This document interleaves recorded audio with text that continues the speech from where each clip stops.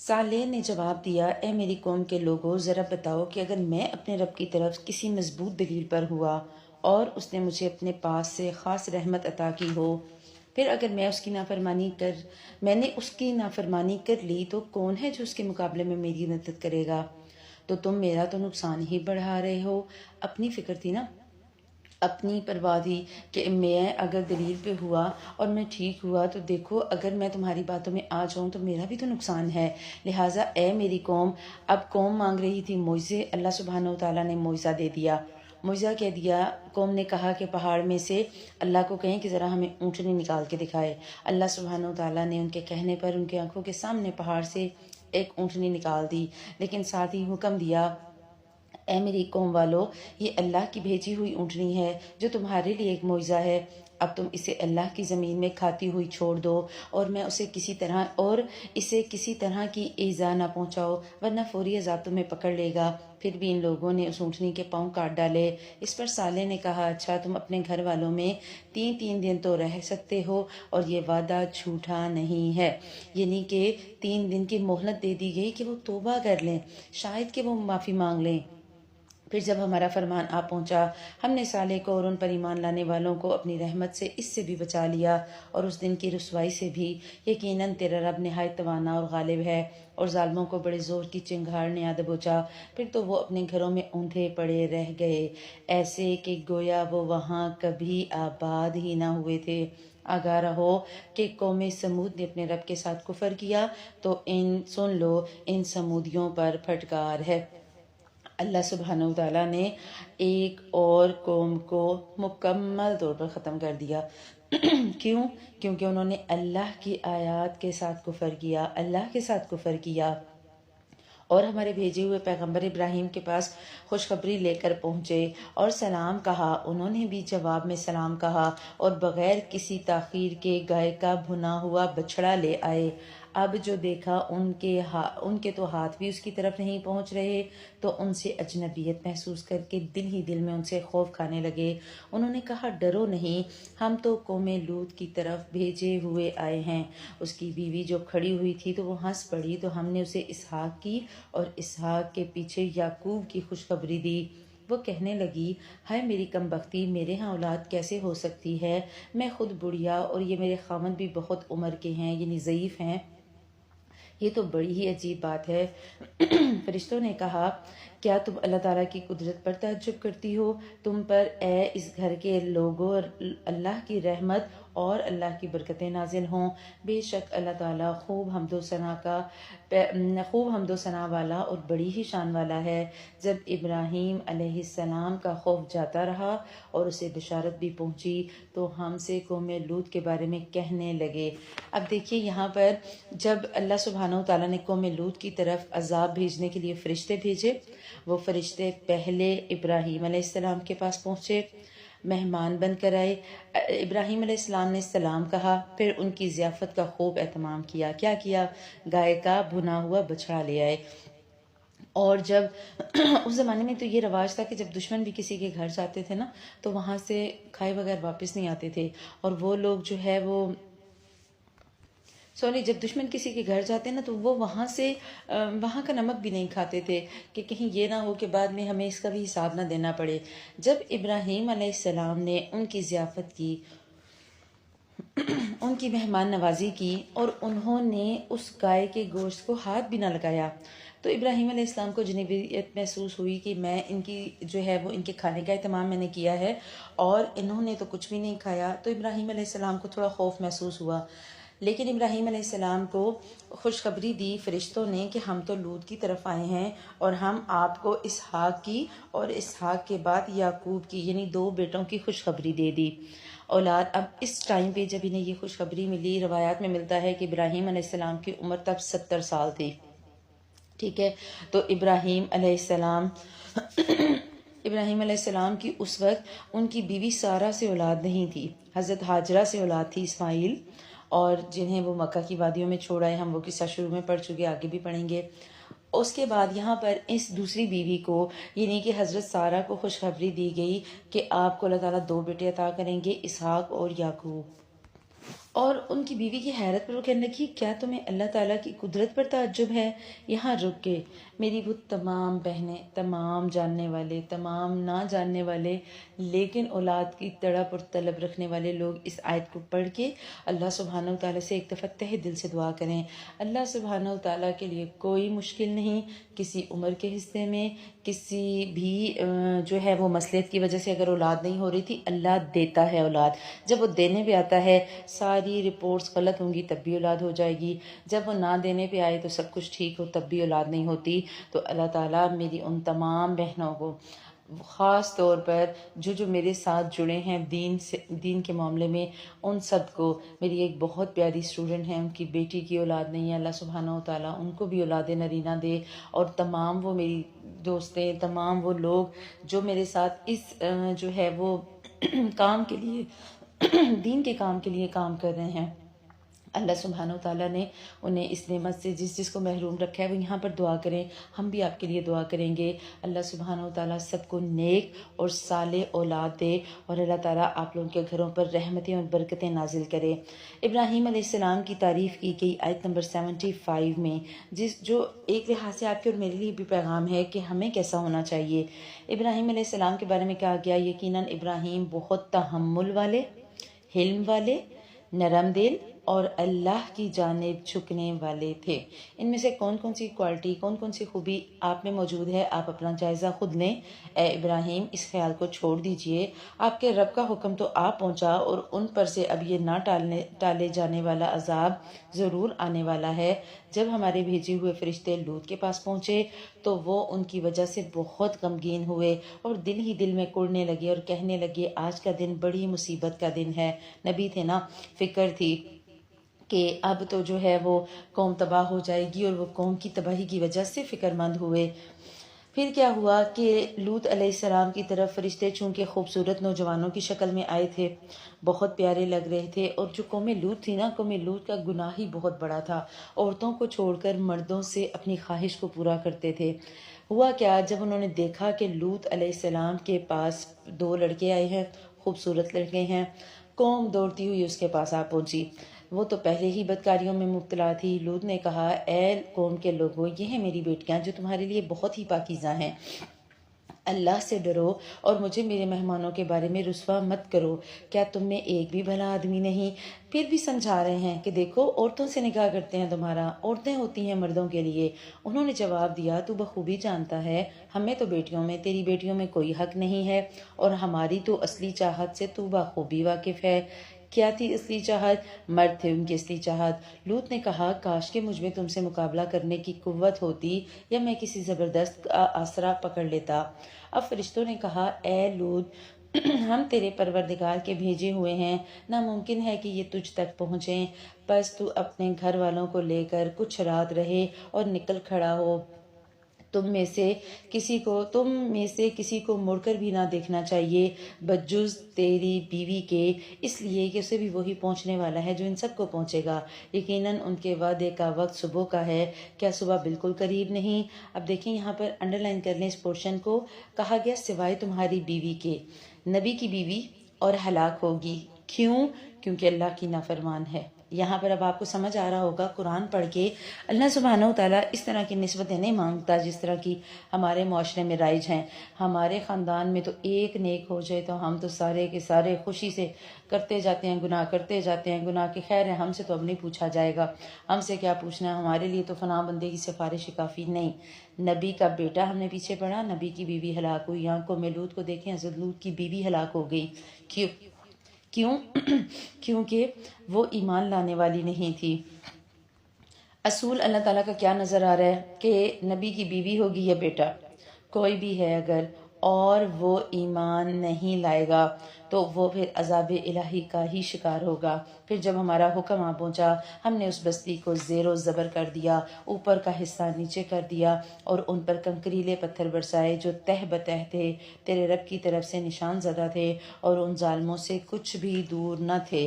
اللہ سبحانہ و تعالیٰ نے ان پر نشان زدہ کنکریلے پتھر برسائے، اور بعض مفسرین کے نزدیک جو ہے وہ یہ جو بستیاں ہلاک کی گئیں یہ شام اور مدینہ کے درمیان تھیں۔ اور آپ دیکھیے اللہ سبحانہ و تعالیٰ پہلے وارننگ دیتے ہیں، پھر وارننگ دیتے ہیں، پھر وارننگ دیتے ہیں، پھر ڈھیل دیتے ہیں، پھر چھوڑ دیتے ہیں، پھر وارننگ دیتے ہیں، اور پھر اگر کوئی نہ پکڑے پھر اللہ تعالیٰ ایک دم جکڑ لیتے ہیں۔ تو یہاں پر ہمیں یہ دیکھنا ہے کہ ہم میں سے ہر بندہ اللہ سبحانہ و تعالیٰ کی نعمتوں پر، رحمتوں پر، آزمائشوں پر وقت رہتے اپنے آپ کو سنبھال لے۔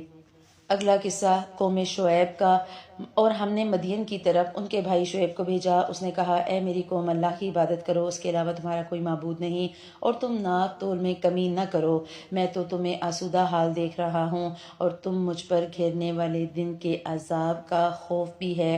اے میری قوم، ناپ تول انصاف کے ساتھ پوری کرو، لوگوں کو ان کی چیزیں کم نہ دو، اور زمین میں فساد اور خرابی مت مچاؤ۔ اب یہاں دیکھیں کہ قوم شعیب کے پاس ان کی غلطیاں کیا تھیں کہ ناپ تول میں کمی کرنا، اور ناپ تول میں کمی آتی ہے جب تو اللہ سبحانہ و تعالیٰ اس قوم کو، حدیث میں آتا ہے کہ جب کوئی قوم ناپ تول میں کمی کرتی ہے تو اللہ تعالیٰ اس قوم کو قحط سالی میں مبتلا کر دیتا ہے۔ آج ناپ تول میں کمی، زمین میں فساد اور خرابی، جتنی بھی ہم پیچھے چیزیں پڑھ رہے، آج آلموسٹ ساری کی ساری چیزیں ہمارے اندر، ہمارے معاشرے میں موجود ہیں۔ آج ہمارے ہاں کیا ایسا نہیں ہو رہا کہ رمضان سے پہلے سارے کے سارے ریٹ چڑھ جاتے ہیں؟ رمضان سے پہلے ایک اگر چیز تھی، اگر سمپل پیاز 150-200 پہ تھا، اور رمضان میں وہی 400 روپے کلو بھی خریدا گیا، تو ہمارا ایمان کیسا ہے؟ ہم بھی تو وہ سب کچھ کرتے جاتے ہیں جو ہم جب ان قوموں کو پڑھ رہے ہیں نا، آپ کو لگ رہا ہوگا کہ یہ ساری کی ساری خرابیاں جو ایک قوم میں تھیں وہ آج جمع ہو گئی ہم میں۔ ہم ایک طرف تو بڑے نمازی پرہیزگار بنتے ہیں، دوسری طرف ہم سے جہاں تک ہو سکتا ہے، ہم جس کو جو کاٹنا پڑ سکتا ہے ہم کاٹتے چلے جاتے ہیں۔ وہ کسی نے کہا تھا نا کہ حج بھی کیتی جاندے ہو تے لہو بھی پیتی جاندے ہو، کھا کے مال یتیماں دا پیج مسیتی جاندے ہو۔ آپ یتیم کا مال لے لیں اور اس میں سے آپ جتنے مرضی صدقے خیرات کر لیں، کیا فرق پڑتا ہے؟ پھٹ دلاندے سیندے نہیں تے ٹوپیاں سیتی جاندے ہو، چھری نہ بھیری نفساں تے دمبے کیتی جاندے ہو۔ ہمارا نفس کی تو میں مار نہیں سکتے، لیکن قربانیاں ہم بڑی بڑی کر دیتے ہیں اور دکھاوے پر مبنی کرتے ہیں۔ دل دے پاک پوتر ہجرے، پری پلیتی جاندے ہو، فرض بلائے بیٹھے ہو تے نفلاں نیتی جاندے ہو، دسو نہ کچھ حضرت جی ایک ہی کیتی جاندے ہو۔ ہم میں سے ہر بندہ اپنے گریبان میں جھانک کے دیکھ سکتا ہے ہم کر کیا رہے ہیں، ہمارا عمل کیا ہے۔ ایک طرف تو ہماری نمازیں، ایک طرف تو ہماری عبادات، اور دوسری طرف ہمارے معاملات۔ ہم معاملات میں کتنے پیچھے ہو گئے، ہم معاملات میں کہاں چلے گئے۔ ہمیں کیوں نہیں سمجھ آیا کہ یہ ہم نے غلط کر دیا، ہمیں اپنے معاملات کو بھی ٹھیک کرنا تھا۔ ہم نے یہ نہیں کرنا کہ ہم حج تو کرتے جائیں، نمازیں تو پڑھتے جائیں۔ آپ کیا فائدہ ان عمرے حجوں کا کہ آپ نے اپنی بیٹی کو وراثت میں حصہ ہی نہیں دیا؟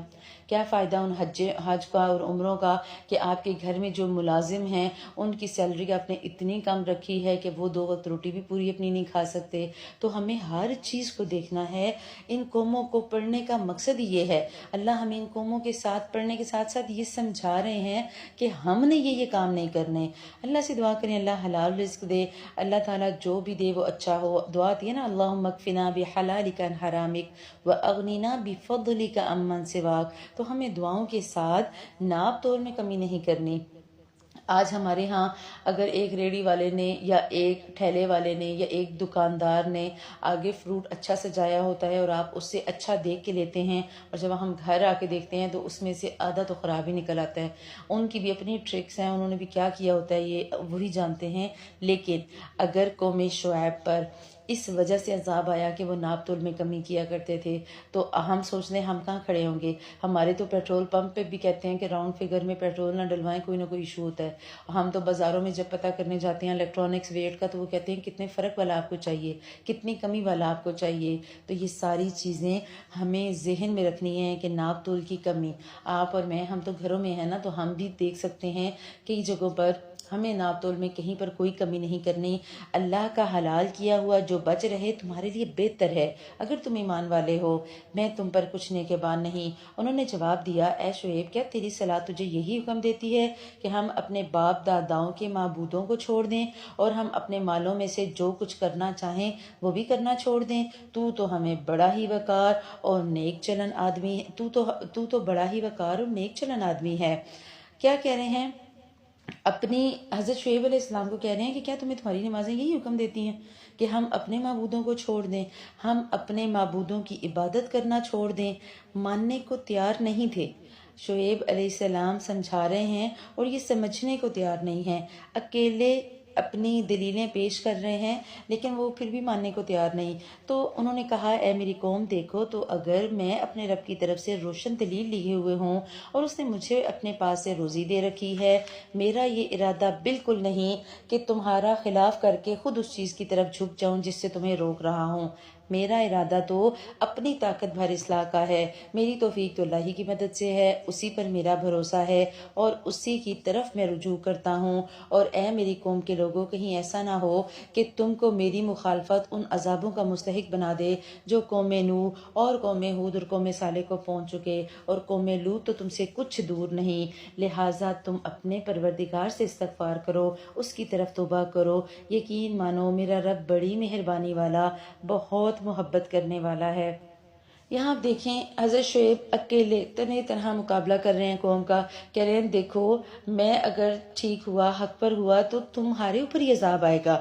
تم پیچھے دیکھ چکے ہو قوم لوط کا قصہ، ان پر تو کیسا عذاب آیا، لہٰذا اپنے رب سے استغفار کرو، اسی کی طرف توبہ کرو، یقیناً وہ بڑی ہی مہربانی اور محبت کرنے والا ہے۔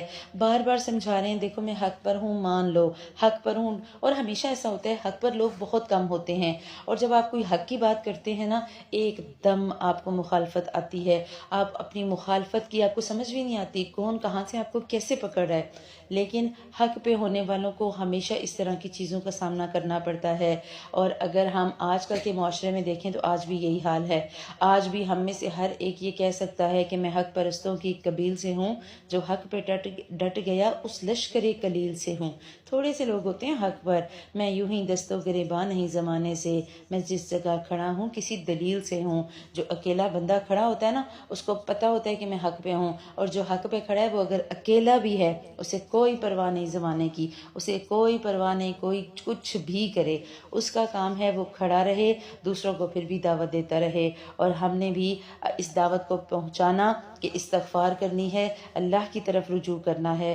انہوں نے کہا، اے شعیب، تیری باتیں اکثر تو ہماری سمجھ میں ہی نہیں آتی، اور ہم تو تجھے اپنے اندر بہت کمزور پاتے ہیں۔ اگر تیرے قبیلے کا ہمیں خیال نہ ہوتا تو ہم تجھے سنسار کر دیتے، اور ہم تجھے کوئی حیثیت والی ہستی نہیں گنتے۔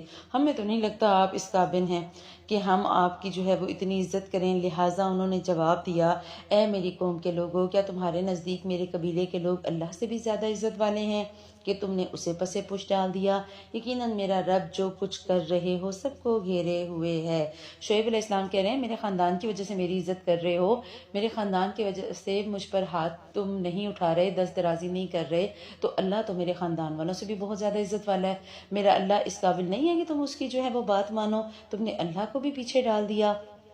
اے میری قوم کے لوگوں، اب تم اپنی جگہ عمل کیے جاؤ، میں بھی عمل کر رہا ہوں۔ ان قریب تمہیں معلوم ہو جائے گا کہ کس کے پاس وہ عذاب آتا ہے جو اسے رسوا کر دے گا، اور کون ہے جو جھوٹا ہے۔ تم انتظار کرو، میں بھی انتظار کرنے والوں میں ہوں۔ جب ہمارا حکم عذاب آ پہنچا، ہم نے شعیب کو اور ان کے ساتھ تمام مومنوں کو اپنی خاص رحمت سے نجات دی، اور ظالموں کو سخت چنگھاڑ کے عذاب نے دھر دبوچا، جس سے وہ اپنے گھروں میں اوندھے پڑے رہ گئے، گویا کہ وہ کبھی بسے ہی نہ تھے۔ آگاہ رہو، مدین کے لیے بھی ویسی ہی دوری ہو جیسی دوری سمود کو ہوئی، اور یقیناً ہم نے ہی موسیٰ کو اپنی آیات اور روشن دلیلوں کے ساتھ بھیجا تھا۔ یہاں تک مکمل ہو گیا پچھلی قوموں کا قصہ۔ اب موسیٰ علیہ السلام کا قصہ شروع ہو رہا ہے، اور ہم دیکھ رہے ہیں کہ اللہ سبحانہ و تعالیٰ کی جو ہے وہ عادت کیا ہے۔ اللہ تعالیٰ ڈھیل دے دے گے، اور جب قوم نہیں مانتی تو اسے نیست و نابود کر دیتے ہیں۔ سزا دینے کا طریقہ الگ ہو سکتا ہے، لیکن بچتا وہی ہے جو ایمان لانے والا ہو۔ موسیٰ علیہ السلام جب اپنی روشن دلیلیں فرعون کے پاس لے کر گئے، ٹھیک تو کیا ہوا، فرعون کے بارے میں پہلے پڑھ لیتے ہیں۔ فرعون اور اس کے سرداروں کی طرف پھر بھی ان لوگوں نے فرعون کے احکامات کی پیروی کی، اور فرعون کا کوئی حکم درست تھا ہی نہیں، درست نہیں تھا، اس کے باوجود بھی قوم مان رہی ہے۔ وہ تو قیامت کے دن اپنی قوم کا پیشرو ہو کر ان سب کو دوزخ میں جا کھڑا کرے گا۔ وہ بہت ہی برا گھاٹ ہے جس پر وہ لا کھڑا کیا جائے گا۔ ان پر تو اس دنیا میں بھی لعنت چپکا دی گئی، اور قیامت کے دن بھی برا انعام جو دیا گیا۔ بستیوں کی یہ بعض خبریں جنہیں ہم آپ کے سامنے بیان کر رہے ہیں، ان میں سے بعض تو موجود ہیں اور بعض کی فصل کٹ گئی۔ ہم نے ان پر کوئی ظلم نہیں کیا، بلکہ خود انہوں نے ہی اپنے اوپر ظلم کیا، اور انہیں ان کے معبودوں نے کوئی فائدہ نہ پہنچایا جنہیں وہ اللہ کے علاوہ پکارا کرتے تھے، جبکہ تیرے پروردگار کا حکم آ پہنچا، بلکہ اور ان کا نقصان ہی انہوں نے بڑھا دیا۔ تیرے پروردگار کی پکڑ کا یہی طریقہ ہے کہ جب وہ بستیوں کے رہنے والے ظالموں کو پکڑتا ہے، بے شک اس کی پکڑ دکھ دینے والی اور نہایت سخت ہے۔ اس لیے آپ ان چیزوں سے شک و شبے میں نہ رہیں جنہیں یہ لوگ پوج رہے ہیں۔ ان کی پوجا تو اس طرح ہے جس طرح ان کے باپ داداؤں کی اس سے پہلے تھی۔ ہم ان سب کو ان کا پورا پورا حصہ بغیر کسی کمی کے دینے والے ہیں۔ جو جیسے کرے گا، باپ دادا کے نقش قدم پر چلے گا، ہدایت کو چھوڑ دے گا، اللہ سبحانہ و تعالیٰ کرے پورا پورا بدلہ پھر دیا جائے گا۔ یقیناً ہم نے موسیٰ کو کتاب دی، پھر اس میں اختلاف کیا گیا۔ اگر پہلے ہی آپ کے رب کی بات صادر نہ ہو گئی ہوتی تو یقیناً ان کا فیصلہ کر دیا جاتا۔ انہیں تو اس میں سخت شبہ ہے۔ یقیناً ان میں سے ہر ایک جب ان کے روبرو جائے گا تو ان کا رب، تو آپ کا رب اسے اس کے اعمال کا پورا پورا بدلہ دے گا۔ بے شک وہ جو کر رہے ہیں ان سے وہ باخبر رہیں۔ ساتھ ساتھ اللہ کے نبی صلی اللہ علیہ وسلم کو یہ قصے سنا کے تسلی بھی دی جا رہی۔ کیا؟ آیت نمبر 112 دیکھیں۔ بس آپ جمے رہیے جیسا آپ کو حکم دیا گیا ہے، اور وہ لوگ بھی جو آپ کے ساتھ توبہ کر چکے۔ کیا کریے؟ خبردار، حد سے نہیں بڑھنا۔ اللہ تمہارے اعمال کو دیکھنے والا ہے، اللہ دیکھ رہا ہے تم کیا کرتے ہو، لہٰذا دیکھو ظالموں کی طرف ہرگز نہ جھکنا، ورنہ تمہیں بھی دوزخ کی آگ لگ جائے گی، اور اللہ کے سوا تمہارا مددگار نہ کھڑا ہو سکے گا، اور نہ ہی تم مدد کیے جاؤ گے۔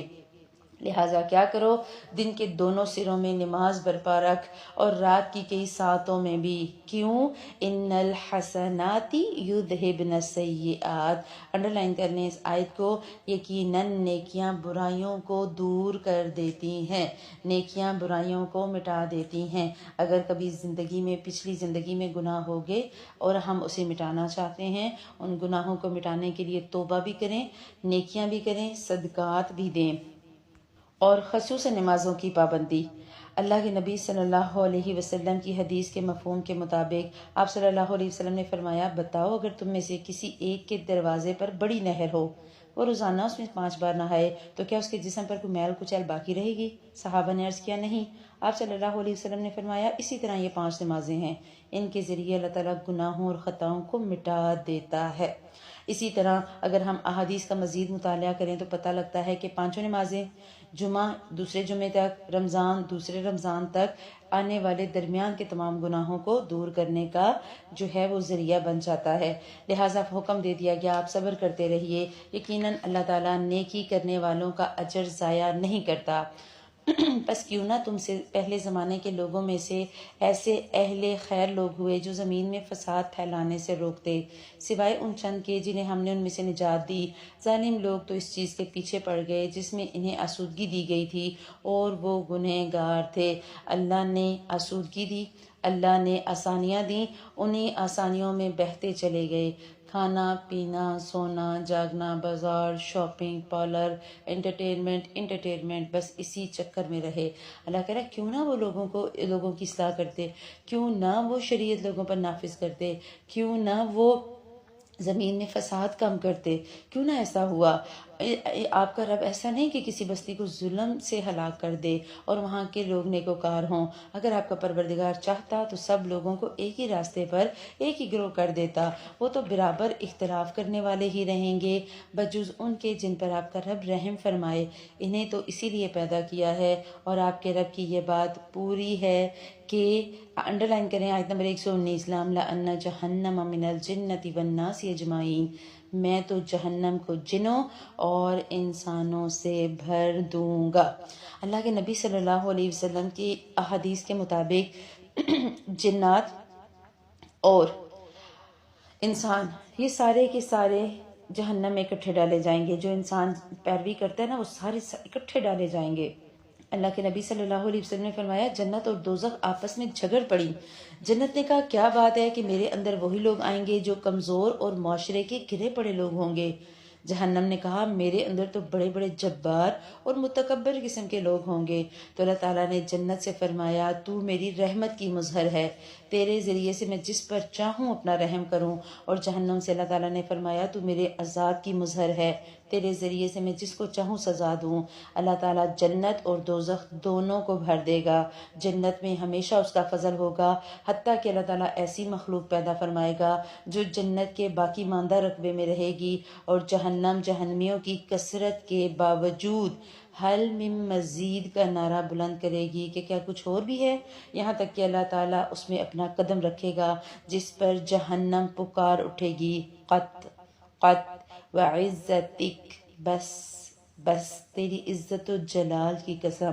صحیح بخاری کی یہ روایت ہے کہ جنت اور جہنم کے ساتھ آخرت میں کیا معاملہ ہوگا. ایمان، آپ صلی اللہ علیہ وسلم کو کہا جا رہا ہے کہ ایمان نہ لانے والوں سے کہہ دیجئے کہ تم اپنے طور پر عمل کیے جاؤ، ہم بھی عمل میں مشغول ہیں، تم بھی انتظار کرو، ہم بھی انتظار کرنے والے ہیں. اور زمین اور آسمانوں کا علم غیب اللہ ہی کو ہے، تمام معاملات کا رجوع بھی اسی کی جانب ہے. بس اے نبی صلی اللہ علیہ وسلم آپ کو اسی کی عبادت کرنی چاہیے، اسی پر بھروسہ رکھنا چاہیے، اور جو کچھ تم کرتے ہو اللہ اس سے بے خبر نہیں. اللہ جانتا ہے، اللہ کو پتہ ہے ہم کتنا اپنے نفس سے لڑ رہے ہیں، اللہ کو پتہ ہے ہم کتنی کوشش کر رہے ہیں، لہٰذا اللہ سبحانہ وتعالی ہمیں ضرور بضرور اس کا اجر دے گا. آگے شروع ہو رہی ہے سورہ یوسف. سورہ یوسف مکی سورہ ہے، 111 آیات ہیں اور 12 رکوع ہیں. سورہ یوسف کے لیے مشہور ہے کہ اگر خوبصورت بیٹا یا بیٹی چاہیے تو سورہ یوسف پڑھو، لیکن سورہ یوسف پڑھ کے اگر آپ خوبصورتی یا حسن مانگیں جو کہ باطنی حسن ہو تو پھر تو بہت اچھی بات ہے. اگر آپ ظاہری حسن اور وہ سفیدی پر ہی رہیں تو پھر یہ ناکافی ہے آخرت کے لیے. شروع کرتے ہیں سورہ. بسم اللہ الرحمن الرحیم. الف لام را تلک آیات الکتاب المبین. الف لام را، یہ روشن کتاب کی آیات ہیں، یقیناً ہم نے اس قرآن کو عربی زبان میں نازل فرمایا کہ تم سمجھ سکو. اب یوسف علیہ السلام کے قصے کو پڑھتے ہوئے نا ذرا ساتھ ساتھ نوٹ کرتی جائیے گا اللہ سبحانہ وتعالیٰ نے اس میں کون سی خوبصورتی کی بات کی. یوسف نے اپنے باپ سے جب ذکر کیا کہ ابا جان میں نے 11 ستاروں اور سورج کو اور چاند کو دیکھا کہ وہ سب مجھے سجدہ کر رہے ہیں. یعقوب نے کہا پیارے بچے اپنے اس خواب کا ذکر اپنے بھائیوں سے نہ کرنا، ایسا نہ ہو کہ وہ تیرے ساتھ کوئی فریب کاری کریں، شیطان تو انسان کا کھلا دشمن ہے. باپ اور بیٹے کا اتنا مضبوط تعلق تھا، آج کل تو وہ تعلق مجھے لگتا ہے بہت ہی دور کہیں چلا گیا ہے. یا تو بیٹا باپ سے ڈرتا ہوگا یا بیٹا باپ کے سامنے اکڑ کر کھڑا ہوتا ہوگا. کم ہی ایسی جگہ ہیں جہاں آج بھی باپ کا وہ عزت اور مقام جو ہے وہ قائم ہے. اللہ سبحانہ وتعالی ہماری اولادوں کو ہمارے حق میں اور اپنے ماں باپ کے حق میں نیک کریں. یہاں پر ایسا ہوا کہ یعقوب علیہ السلام کے بیٹے انہیں اپنا خواب سنا رہے ہیں، اور خواب سنانے کے ساتھ ساتھ بتا رہے ہیں کہ میں نے اس طرح 11 ستاروں کو دیکھا. مفسرین کہتے ہیں کہ یہاں 11 ستاروں سے مراد یوسف علیہ السلام کے 11 بھائی تھے، اور چاند اور سورج سے مراد ماں اور باپ تھے. اس خواب کی تعبیر آلموسٹ 40 سال یا 80 سال کے بعد سامنے آئی، اس وقت جب یہ سارے بھائی اپنے والدین کے سمیت مصر گئے. پھر وہاں حضرت یوسف علیہ السلام کے سامنے سجدہ ریز ہوئے. آگے ہم انشاءاللہ اس کی ڈیٹیل پڑھتے ہیں. یوسف علیہ السلام کو ان کے والد کہہ رہے ہیں کہ ابھی تم اس خواب کو بیان نہ کرنا، بھائیوں سے نہ کرنا، وہ تمہارے ساتھ کوئی فریب کاری کریں گے، شیطان تو انسان کا کھلا دشمن ہے. آپ کو پتہ ہے کہ نعمتوں کا پرچار نہیں کرنا چاہیے. انہیں ایک اچھی چیز اچھی بات پتہ لگی تو ہمیشہ کوشش یہ کرنی چاہیے کہ اگر آپ کو کوئی چیز اچھی پتہ لگ رہی ہے، آپ کی زندگی میں کچھ اچھا ہو رہا ہے، تو اس کو سٹیٹس وغیرہ پہ نہیں لگائیں، اسے لوگوں کے سامنے نہ کریں تاکہ لوگوں کی نظریں کھا جائیں. شیطان ہوتا ہے انسانوں کے ساتھ بھی، اور شیطان انسان کا کھلا دشمن ہے، کہیں نہ کہیں سے پھر آپ کو کوئی نقصان ہو جائے گا. لہٰذا ایسا نہیں کرنا. اور اسی طرح تجھے تیرا پروردگار برگزیدہ کرے گا اور تجھے معاملہ فہمی یا خوابوں کی تعبیر بھی سکھائے گا، اپنی نعمت تجھ پر پوری عطا فرمائے گا. اور یعقوب کے گھر والوں کو بھی جیسا کہ اس نے اس سے پہلے تیرے دادا اور پردادا یعنی ابراہیم اور اسحاق کو بھی بھرپور اپنی نعمت دی۔ یقیناً تیرا رب بہت بڑے علم والا اور زبردست حکمت والا ہے، لہٰذا یقیناً یوسف اور اس کے بھائیوں میں دریافت کرنے والوں کے لیے بڑی ہی نشانیاں ہیں۔ کیسی نشانیاں ہیں؟ ایک بھائی ہیں وہ تحمل والے ہیں، ایک بھائی ہیں اللہ سبحانہ و تعالیٰ کے اور اپنے باپ کی جو ہے وہ چونکہ باپ نبی تھے، اللہ سبحانہ و تعالیٰ کے اور اپنے باپ کے انتہائی فرما بردار ہیں۔ اس کے مقابلے میں جو باقی بھائی ہیں ان کا حال کیا ہے کہ وہ اپنے نفس کے پیچھے پڑے ہوئے، شیطان کے پیچھے پڑے ہوئے، وہ وہی کرتے ہیں جو انہیں ان کا نفس کہتا ہے۔ تو دونوں میں فرق آ گیا۔ اللہ کہہ رہے نشانیاں ہیں، ذرا غور تو کرو۔ بھائیوں نے کیا کیا؟ بھائیوں نے کہا کہ آپ کو تو ہم سے زیادہ یوسف اور اس کا بھائی اچھے لگتے ہیں۔ انہیں لگا کہ خون کے رشتے زیادہ عزیز ہوتے ہیں۔ دو بھائی سوتیلے تھے، باقی بھائی سگے تھے، تو انہیں لگا، یہ شروع سے ہی ایسا ہوتا آ رہا ہے نا، سگے سوتیلے کا تصور کہ یہ سگا ہے یہ سوتیلا ہے۔ انہوں نے کہا کہ ہمارے باپ کو تو سگے بیٹے دونوں جو ہیں یہ زیادہ پیارے ہیں، کیونکہ یہ دونوں ایک بیوی سے تھے، بنیامین اور یوسف علیہ السلام۔ اور ساتھ ہی کہنے لگے کہ ہم تو بہت طاقتور جماعت ہیں، کوئی شک نہیں ہمارے ابا بالکل بہک گئے ہیں۔ الفاظ دیکھیں اور الفاظ کا چناؤ دیکھیں، اپنے والد کے لیے الفاظ استعمال کر رہے ہیں، حالانکہ انسان کا جذباتی جھکاؤ قدرتی طور پر اپنی فرما بردار اولاد کی طرف ہوتا ہے، یہ قدرتی طور پہ ہوتا ہے، لیکن یہاں پر کیا کہہ رہے ہیں کہ دیکھو ہم تو طاقتور بھی ہیں، ہمارے باپ کا تو دماغ ہی خراب ہو گیا، ہم جیسے کہتے ہیں ماما آپ کو کیا پتا، آپ کو نہیں سمجھ آئے گی۔ ہمیں لگتا ہے نا کہ ہم جو ہے وہ اسی طرح محسوس کرتے ہیں کہ ہمارے بچے جب بولتے ہیں تو ان کا بھی یہی انداز ہوتا ہے کہ ماما آپ کو نہیں سمجھ آئے گی، یا بابا آپ کو کیا پتا۔ تو اللہ سبحانہ و تعالیٰ ہمارے بچوں کو سمجھ دے کہ اس طرح کے الفاظ نہ استعمال کریں۔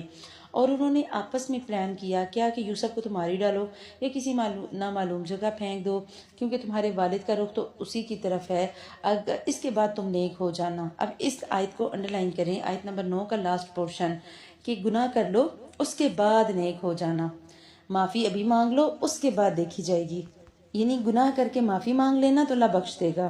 اور یہی رواج آج ہمارے ہاں بھی موجود ہے، جو مرضی کرتے پھرو کوئی بات نہیں، بعد میں اللہ کو راضی کر لیں گے، بعد میں راضی کر بھی لیں، اللہ کیسے راضی ہوگا جب نیتیں ہی ٹھیک نہیں۔ وہ کسی نے کہا تھا نا، سر ہو سجدے میں دل میں دغا بازی ہو، ایسے سجدے سے بھلا کیسے خدا راضی ہو۔ اللہ کیسے راضی ہوگا ایسے سجدوں سے جہاں پہلے سے ہی پلاننگ ہوئی ہوئی ہے کہ یہ کام کر لیں اس کے بعد اللہ کو راضی کر لیں گے۔ ان میں سے ایک نے کہا یوسف کو قتل نہ کرو بلکہ اسے کسی اندھے کنویں کی تہہ میں ڈال دو کہ اسے کوئی قافلہ آتا جاتا اٹھا کر لے جائے، یعنی کہ اگر تمہیں کرنا پڑے تو تم ایسا کرو، قتل نہ کرو، ایسا کرو مارو نہیں، کسی کنویں میں پھینک دو، کوئی نہ کوئی لے جائے گا، کہیں نہ کہیں غریب سا سہما سا بچہ بیچارہ بڑا ہو ہی جائے گا۔ انہوں نے کہا کہ ابا آخر آپ یوسف کے بارے میں ہم پر اعتبار کیوں نہیں کرتے، ہم تو اس کے خیر خواہ ہیں۔ اب دیکھیے اگر کوئی خیر خواہ ہوتا ہے نا، اسے بار بار وضاحتیں دینے کی ضرورت نہیں پڑتی کہ ہاں میں آپ کا خیر خواہ ہوں، میں آپ کا خیر خواہ ہوں، اگلے کو خود ہی پتہ چل جاتا ہے۔ تو کل آپ اسے ضرور ہمارے ساتھ بھیجیے، یہ خوب کھائے پیے اور کھیلے، اس کی حفاظت کے ہم خود ذمہ دار ہیں۔ یعقوب نے کہا کہ اسے تمہارا لے جانا مجھے تو سخت صدمہ دے گا، اور مجھے یہ بھی کھٹکا لگا رہے گا کہ تمہاری غفلت میں سے کوئی بھیڑیا نہ کھا جائے۔ انہوں نے جواب دیا، ہم ایسی زور آور جماعت کی موجودگی میں اگر اسے بھیڑیا کھا جائے تو ہم تو پھر بالکل ہی نکمے ہوئے۔ اور پھر جب اسے لے کر چلے گئے اور سب نے مل کر ٹھان لیا کہ اسے غیر آباد گہرے کنویں کی تہہ میں پھینک دیں۔ یہاں پر رک کر ذرا سوچیں، یہ جو یوسف علیہ السلام کے بھائیوں نے اپنے باپ کو جواب دیا نا کہ ہم تو اتنی طاقتور جماعت ہیں، ہمارے ہوتے ہوئے کیا ہوگا، ہمیں کیا ہو گیا ہے، ہم کیوں اس کو نقصان پہنچنے دیں گے۔ اور پھر جب پھینکنے لگے اللہ سبحانہ و تعالیٰ کہہ رہے ہیں ہم نے یوسف کی طرف وحی کر دی، انہیں سارے ماجرے سے باخبر کر دیا، اور وہ جو تھے بھائی سارے، انہوں نے کیا کیا، یوسف کو کنویں میں ڈالا۔ اب دن بائی گزار رہے ہیں، انتظار کر رہے ہیں، شام ہو رات ہو، لیٹ نائٹ گھر گئے، عشاء کے وقت پہنچے اور روتے دھوتے پہنچے کہ کہیں ایسا نہ ہو کہ ہم جلدی جائیں اور باپ ہمارے فیس ایکسپریشن سے اندازے نہ لگا لیں، کیونکہ اس وقت یہ الیکٹریسٹی تو ہوتی نہیں تھی، اتنا جدید دور تو نہیں تھا کہ سارا کچھ موجود ہوتا۔ تو کہنے لگے ابا جان ہم تو آپس میں دوڑ میں لگ گئے اور یوسف کو ہم نے سامان کے پاس چھوڑا، بس اسے بھیڑیا کھا گیا، آپ ہماری بات نہیں مانیں گے چاہے ہم سچے ہی کیوں نہ ہوں۔ بار بار اپنی صداقت کی دہائی دے رہے ہیں اور یوسف کے کرتے پر جھوٹ موٹ کے خون سے اس کو خون آلود بھی کر لائے۔ باپ نے کہا یوں نہیں بلکہ تم نے اپنے ہی دل میں ایک بات بنا لی، بس صبر ہی بہتر ہے، اور تمہاری بنائی ہوئی باتوں پر اللہ ہی سے مدد طلب کرتا ہوں۔ خون دیکھ لیا، یقین نہیں آیا، پتہ لگ گیا کہ یہ جھوٹ کہہ رہے ہیں۔ اور آپ کو پتہ ہے یہ جو الفاظ تھے نا یوسف علیہ السلام کے والد کے، فصبر جمیل، حضرت عائشہ کے بارے میں آتا ہے، اما عائشہ کہتی ہیں کہ منافقین نے جب ان پر تہمت لگائی نا، تو اللہ کے نبی صلی اللہ علیہ وسلم نے جب ارشاد فرمایا تو اس کے جواب میں کہتی ہیں کہ فرمایا تھا کہ اللہ کی قسم میں اپنے اور آپ لوگوں کے لیے وہی مثال پاتی ہوں جس سے یوسف علیہ السلام کے باپ یعقوب علیہ السلام کو سابقہ پیش آیا تھا۔ انہوں نے فصبر جمیل کہہ کر صبر کا راستہ اختیار کیا، لہٰذا میرے لیے بھی صبر کے علاوہ کوئی چارہ نہیں۔ تو جب کہیں انتہائی دکھ، انتہائی تکلیف، بہت بڑی کوئی آزمائش آئے اور ہمیں لگے کہ ہمیں ہمارا کوئی بس نہیں چل رہا کسی پہ، تو بس فصبر جمیل کہیں، اللہ سبحانہ و تعالیٰ وقت کو بھی آسان کر دے گا اور باقی معاملات کو بھی۔ اور ایک قافلہ آیا اور انہوں نے پانی لانے والے کو بھیجا، اس نے جب اپنا ڈول لٹکایا تو کہنے لگا واہ واہ خوشی کی بات ہے، یہ تو ایک لڑکا ہے۔ انہوں نے اسے مال تجارت قرار دے کر چھپا دیا۔ اللہ تعالیٰ اس سے باخبر تھا کہ وہ کیا کر رہے تھے۔ اس زمانے میں کیا ہوتا تھا کہ بچوں کو بازاروں میں بیچا جاتا تھا، غلام بیچے جاتے تھے، تو وہ خوش ہو گئے کہ یہ بچہ بک جائے گا، اور انہوں نے اسے بہت ہی ہلکی قیمت پر، گنتی کے چند درموں پر ہی بیچ ڈالا۔ وہ تو یوسف کے بارے میں بہت ہی بے رغبت تھے، یعنی کہ اتنے خوبصورت بچے کو، اتنے پیارے اور اتنے حسین بچے کو انہوں نے، اللہ کہہ رہا ہے، کوڑیوں کے مول بیچ دیا۔ لیکن جس نے خریدا، وہ مصر والوں میں سے جس نے اسے خریدا، اس نے اپنی بیوی سے کہا اسے بہت عزت اور احترام کے ساتھ رکھو، ممکن ہے یہ ہمیں فائدہ پہنچائے یا ہم اسے اپنا بیٹا ہی بنا لیں۔ اور یوں ہم نے مصر کی سرزمین میں یوسف کے قدم جما دیے، ہم نے اسے خواب کی تعبیر کا کچھ علم سکھایا۔ اللہ اپنے ارادے پر غالب ہے، لیکن اکثر لوگ بے علم ہوتے ہیں۔ مصر اس وقت ترقی اور جو فنی علوم تھے نا ان کے لحاظ سے عروج پہ تھا۔ عزیز مصر کے پاس جو ہے وہ رہے اور بہترین طریقے سے پرورش پائی۔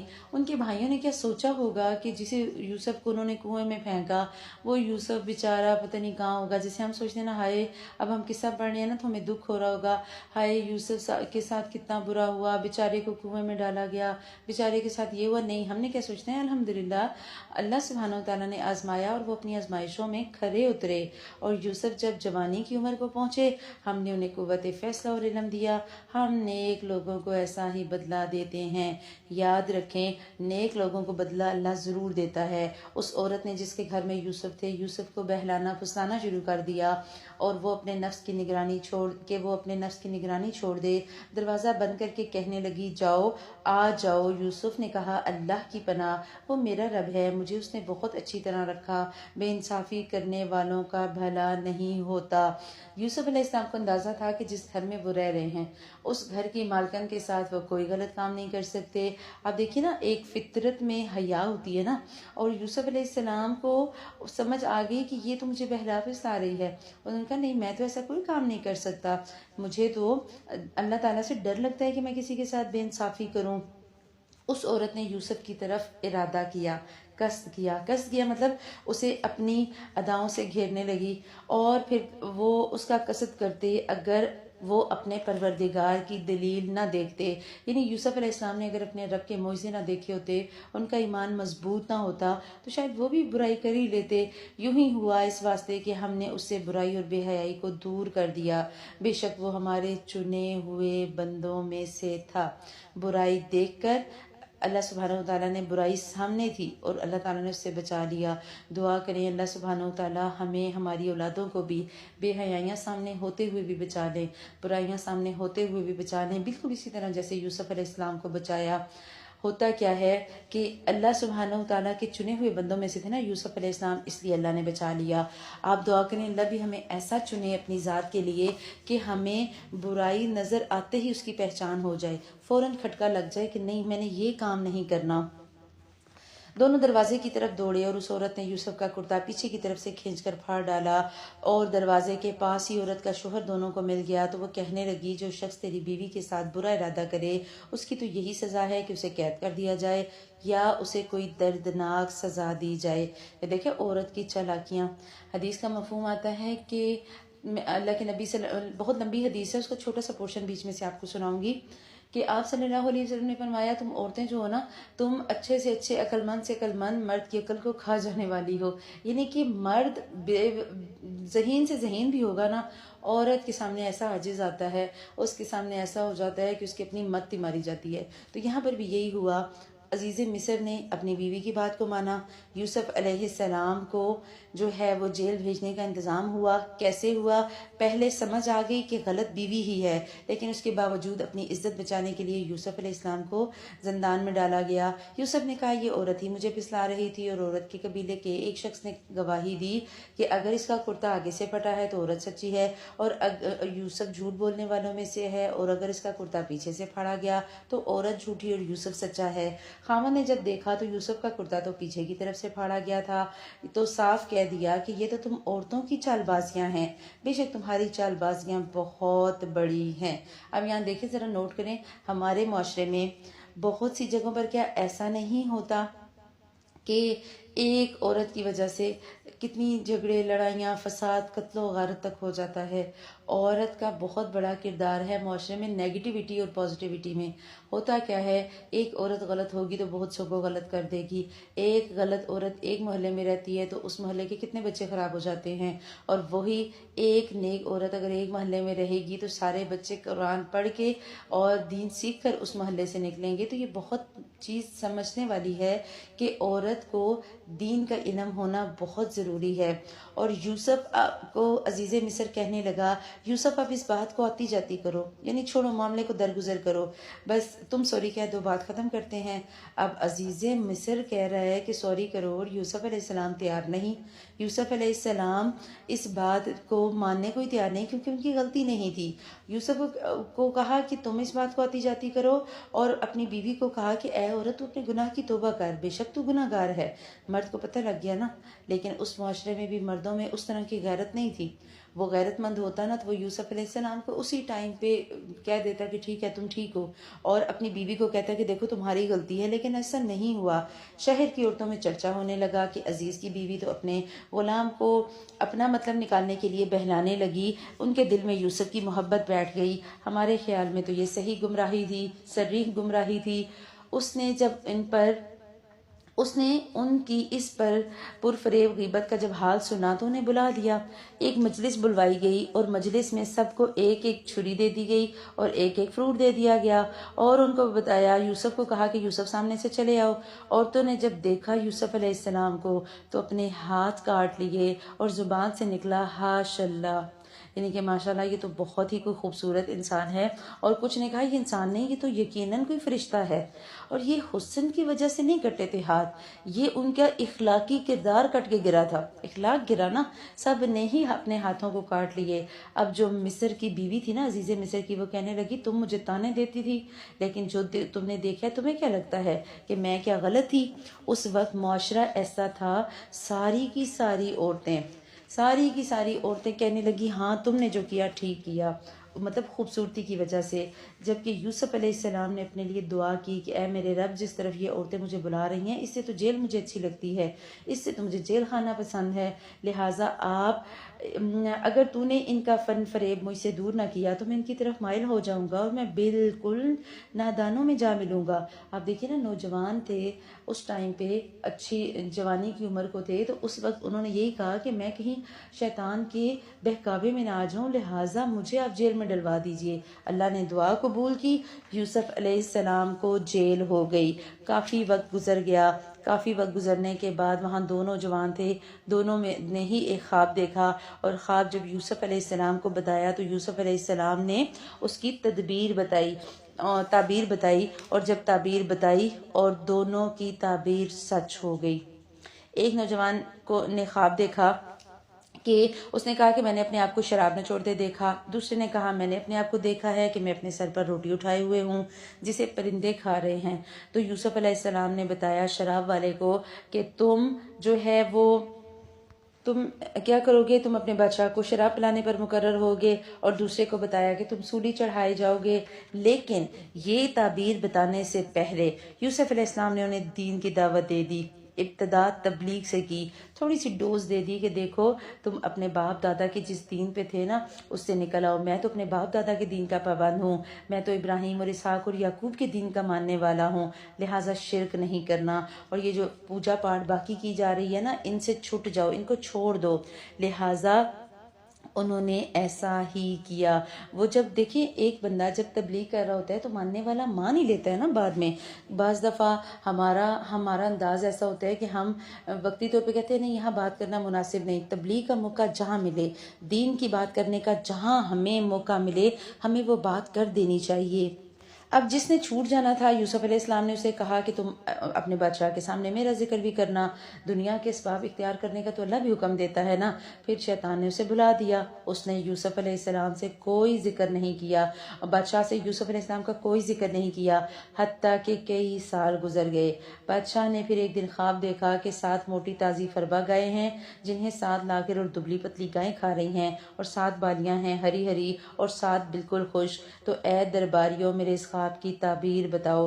تو اس خواب کی تعبیر کسی کو یاد نہ آئی، کسی کو سمجھ نہ آیا کہ یہ کیا خواب ہے، اور وہ شخص جسے یوسف علیہ السلام نے خواب کی تعبیر بتائی تھی اسے یاد آ گیا۔ اس نے کہا کہ میں آپ کو پتا کر کے بتا سکتا ہوں۔ وہ قید خانے میں گیا، یوسف علیہ السلام کے پاس گیا، ان سے خواب کی تعبیر پوچھی اور بتایا کہ مجھے یاد نہیں رہا تھا ذکر کرنا۔ یوسف علیہ السلام نے خواب سنا، خواب کی تعبیر بتائی کہ تم 7 سال تک پے در پے لگاتار غلہ بویا کرنا اور فصل کاٹ کر اسے بالیوں سمیت ہی رہنے دینا سوائے اپنے کھانے کی تھوڑی سی مقدار کے۔ اس کے بعد 7 سال نہایت قحط کے آئیں گے اور وہ اس غلے کو کھا جائیں گے جو تم نے ان کے لیے ذخیرہ رکھ چھوڑا تھا سوائے اس تھوڑے سے کے جو تم روک رکھتے ہو۔ اس کے بعد جو سال آئے گا اس میں تم لوگوں پر خوب بارش برسائی جائے گی اور اس میں شیریں انگور بھی خوب نچوڑیں گے۔ اور بادشاہ نے جب یہ خواب کی تعبیر سنی کہا یوسف کو میرے پاس لاؤ۔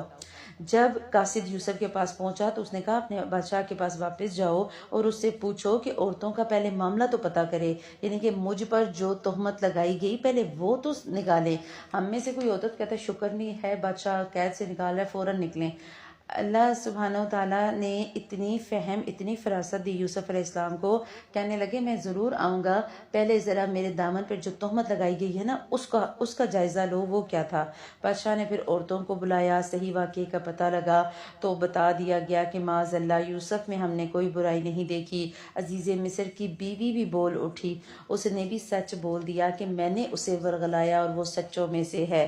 یوسف علیہ السلام نے کہا یہ اس واسطے کہ عزیز جان لے کہ میں نے اس کی پیٹھ پیچھے کوئی خیانت نہیں کی، اور یہ بھی کہ اللہ دغے بازوں کے ہتھ کنڈے نہیں چلنے دیتا۔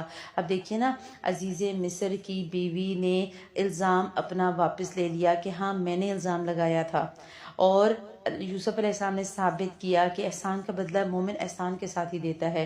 مومن کسی کے ساتھ زیادتی نہیں کرتا، مومن کسی کے ساتھ برائی نہیں کرتا، مومن حتی الامکان کوشش کرتا ہے کہ وہ اللہ کو راضی کرنے کا حتی الامکان کام کرے، اور انسانوں میں سے جس انسان نے اس کے ساتھ جو احسان کیا اس کے ساتھ بدلے میں وہ اگر احسان نہ کر سکے تو کم از کم زیادتی نہ کرے۔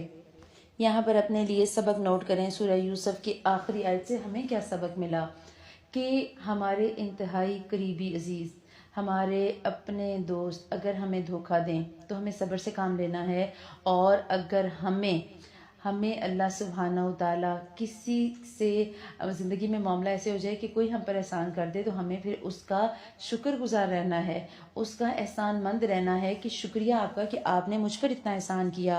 اور اللہ سبحانہ و تعالیٰ ہم سب کو یہ بات سیکھنے اور سمجھنے والا بتائے۔ ہم تو بعض دفعہ لوگوں کے احسانوں کو پلک جھپکتے ہی بھول جاتے ہیں، ہم سارا کچھ آپ کرتے رہیں ایک غلطی کر بیٹھیں تو آپ کے کیے کرائے پر پانی پھیر جاتا ہے۔ اور ایسے ہی ہوتا ہے نا کہ ہمیں اس بات کو سمجھنے کی ضرورت ہے کہ ہم احسان کا معاملہ کریں، اور احسان کے معاملے کے ساتھ ساتھ جنہوں نے ہم پہ احسان کیا ان کی قدر بھی کریں۔ اللہ سبحانہ و تعالی ہمیں قرآن پڑھتے ہوئے، ان آیات کو پڑھتے ہوئے صحیح طریقے سے دین سیکھنے والا بنائے۔